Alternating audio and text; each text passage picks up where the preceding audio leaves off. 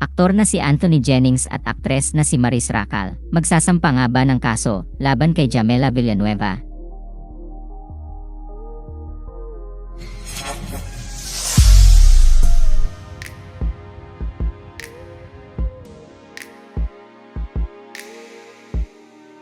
Matatanda ang binasag na ng dating non-showbiz partner ni Anthony Jennings na si Jamela Villanueva ang kanyang katahimikan hinggil sa tunay na rason ng paghihiwalay nila ng aktor. Inilabas kasi ni Jam sa kanyang Instagram story ang kanyang side of the story kalakip ang mga screenshots ng conversation nina Anthony at ng ka-love team nitong si Maris Racal.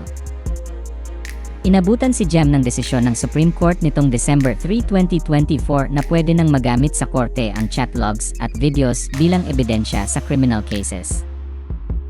Pero mukhang mahaharap ang dating girlfriend ni Anthony sa kasong Republic Act 101-750 Cybercrime Prevention Act of 2012 at paglabag sa Republic Act 101-730 Data Privacy Act of 2012.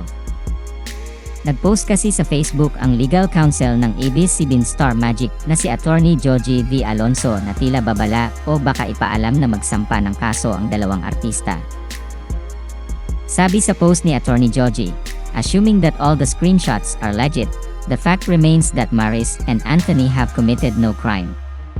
Their actions may be regarded as morally wrong, but they were never married to their respective partners. Hindi naman binaliwala ni Attorney Joji ang sakit na naramdaman ni Jamela dahil sa di umano'y panloloko sa kanya nina Anthony at Maris. Ngunit sinabi ng legal counsel ng Star Magic na wala pa ring karapatan si Jam na maglabas ng private conversations dahil ito ay labag sa batas. Anya, Jamela, on the other hand, has committed at least 2 crimes with her actions: cyber libel and violation of data privacy. She cannot hide her actions under the guise of moving on. Yes, she may have experienced pain and betrayal, but this does not give her the license to violate the law.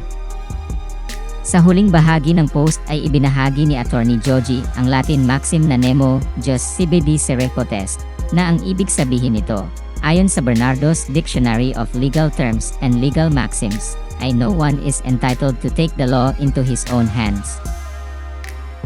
Samantala, hindi kasama sina Anthony at Maris sa mga artistang dadalo sa Grand Media Day ng pelikulang And the Breadwinner Is, ngayong Huwebes ng gabi, December 5, 2024.